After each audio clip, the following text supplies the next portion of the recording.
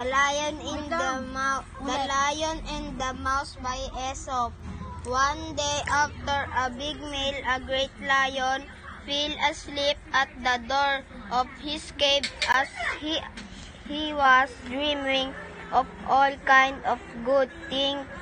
He felt a tug at his mind, and drowsily lifting up a paw, caught a little mouse. Grrr, growled the lion. What are you doing in my mind? I'll eat you up. Oh, please, your majesty, squeaked the mouse. Please spare me. I had no idea you were a lion. I thought you were a haystack, and I was looking for some nice hay for my nest. If you forgive me and let me go, I'll repay you. Somebody one good turn deserves another. Some days later, a party of hunters was looking for lions to put into the zoo. They saw his huge tracks, caught him in, threw a big net over him while they hurried up to bring back a cage. The lion roared in anger, and the jungle shook with his growls. The little mouse heard it said, I know that voice, and off he pattered at full speed in the direction of the roars. He found the lion tugging at ropes of the net and making as much noise as a thunderstorm. Shh, said the mouse. Keep still and I'll take care of those ropes. The little mouse gnawed away at the rope, and the lion was able to escape just as the hunter were returning with the cage. I told you I will repay you someday, smiled the mouse. In Trump, even a mouse can help a lion.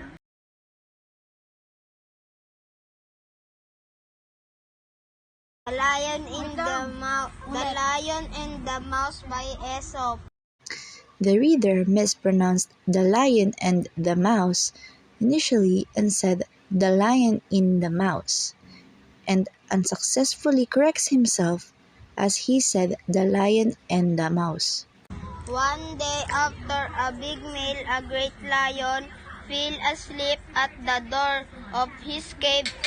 The reader substituted the word fell and said feel.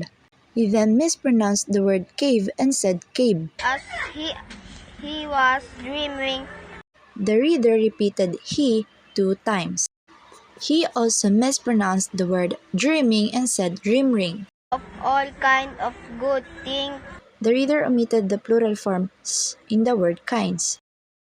He then mispronounced the word things and said thing. He felt a tug at his mind. The reader substituted the word he and said heel. He also substituted the word his and said this. The reader also substituted the word mane and said mine. And drowsily lifting up a paw, caught a little mouse. The reader mispronounced the word drowsily and said drowsily. Grrr, growled the lion.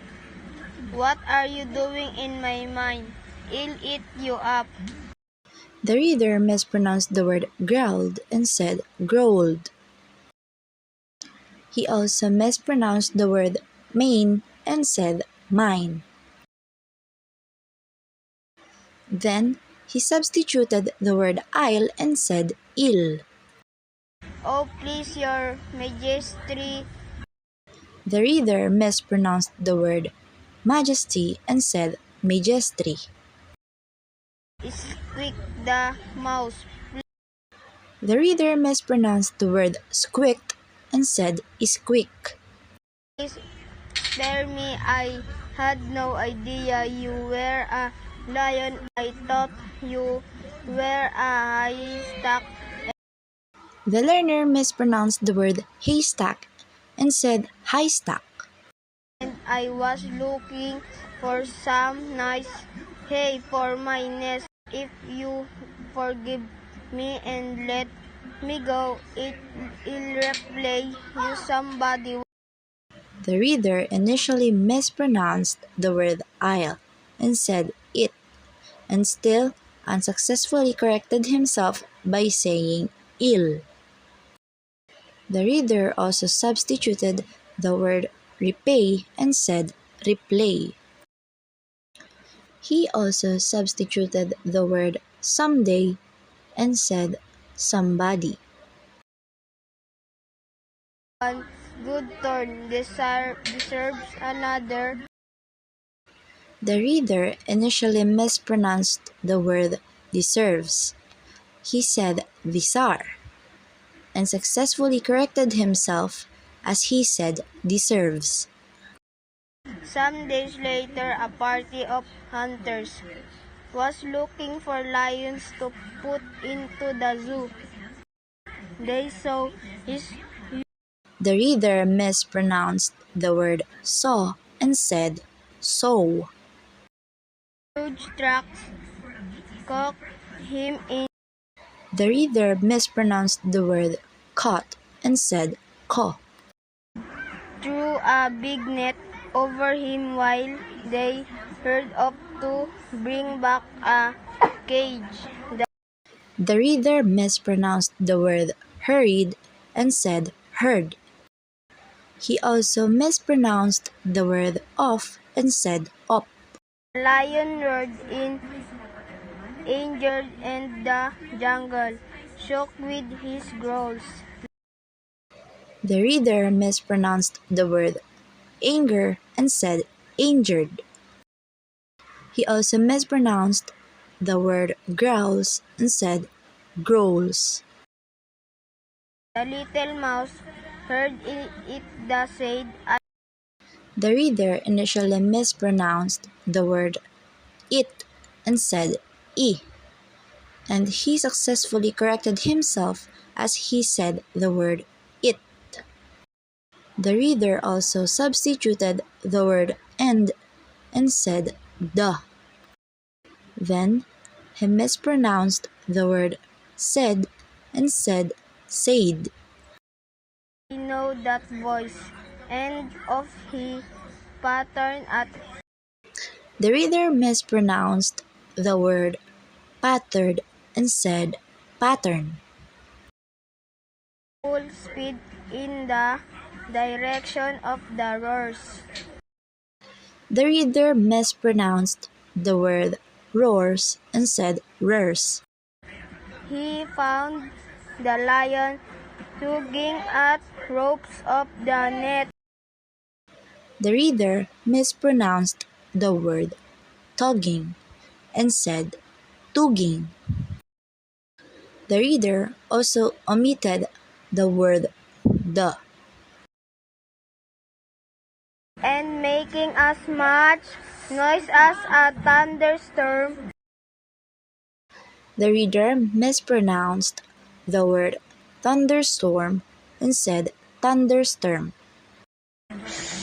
Said the mouse, keep still and I'll take care of those ropes. The reader mispronounced the word said and said said. He also mispronounced the word still and said still. Also, the reader substituted the word I'll and said ill. The little mouse gnawed away at the rope and The reader mispronounced the word nod and said need. He also omitted the plural form in the word ropes. the lion was able to escape just as the hunter were. The reader omitted s in the word as. He also omitted the plural form s in the word hunters. Returning with the cage. I told you I will replay you some days. The reader substituted the word repay and said replay. The mouse in Trump, even a mouse can help a lion. The reader initially mispronounced the word triumph and said tramp. He unsuccessfully corrected himself as he said trump. Lastly, the reader mispronounced the word can and said can.